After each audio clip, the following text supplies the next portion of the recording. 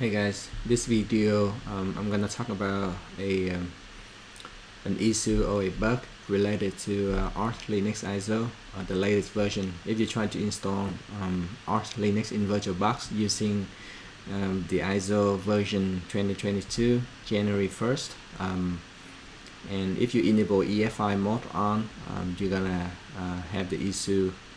I'm gonna show you what I mean by that.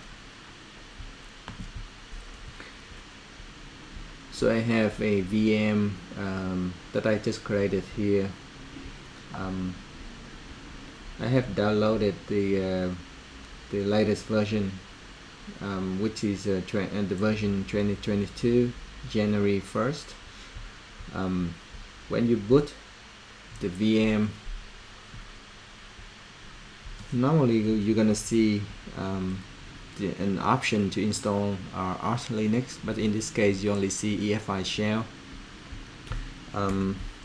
This bug, according to the discussion in the forum, is only happened to VirtualBox, and only when you enable EFI, which is what I did.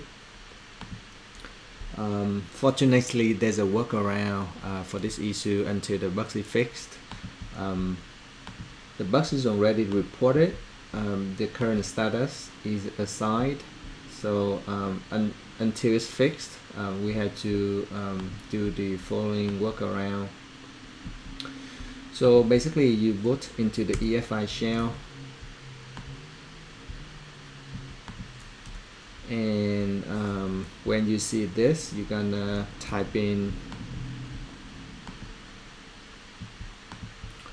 fs1 :/EFI boot boot x64.efi. So this command gonna bring back the option for you to install Arch Linux as normal. So if you choose this, you're gonna get back to the Arch Linux. There you go.